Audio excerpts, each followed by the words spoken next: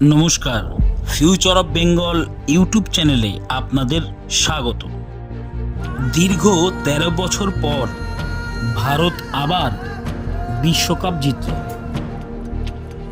একজন ভারতীয় হিসাবে আপনার মতো আমিও অনেক গর্বিত, কিন্তু চিন্তার বিষয়, একজন বাঙালি হিসাবে বাঙালি ক্রিকেট নিয়ে আমি খুব চিন্তিত।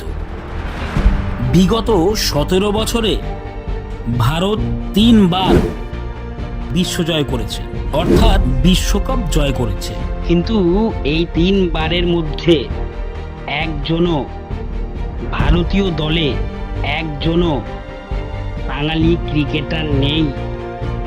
যেই বাঙালির ক্রিকেট ছিল অন্তঃপ্রাণ, যেই বাঙালি ক্রিকেট এবং ফুটবল ছাড়া কিছুই বুঝতো না, সেই বাঙালি ফুটবল এবং ক্রিকেটে যেন হারিয়ে গেছে। আসুন আমরা এর কারণটা একটু খোঁজার চেষ্টা করি।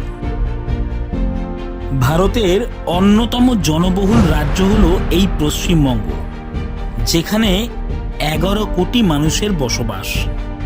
কিন্তু এই ১১ কোটি মানুষের মধ্যে একজনও এই ভারতীয় ক্রিকেট টিমে চান্স পেল না। ভাবতে অবাক লাগে। প্রথম কারণ হলো সরকারি পরিকাঠামো। পাড়ায় পাড়ায় খেলার মাঠগুলো দখল করে তৈরি হচ্ছে একের পর এক বহুতল।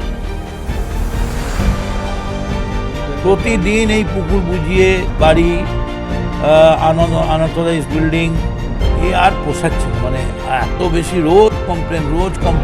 এই বহুতলের নিচেই চাপা পড়ে যাচ্ছে অমূল্য শৈশব, যার সাথে লুকিয়ে আছে কোটি কোটি প্রতিভা।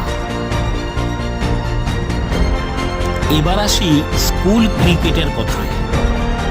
বিগত ১০ বছরে পশ্চিমবঙ্গে প্রায় ৮,০০০ স্কুল বন্ধ হয়ে গেছে। তাহলে স্কুল ক্রিকেটের কথা না বললেই চলে। পর্যাপ্ত পরিমাণে খেলার মাঠ না থাকার কারণে মোবাইল শিশুদের পূর্ণ গ্রাস করছে, আর যৌবনকে ফেলে দিচ্ছে মদ্যপানের দিকে। আর এইভাবেই কোটি কোটি প্রতিভা সেই বহুতলের নিচে চিরতরে বিদায় নিচ্ছে। খেলা হবে, খেলা হবে স্লোগান দিতে দিতে।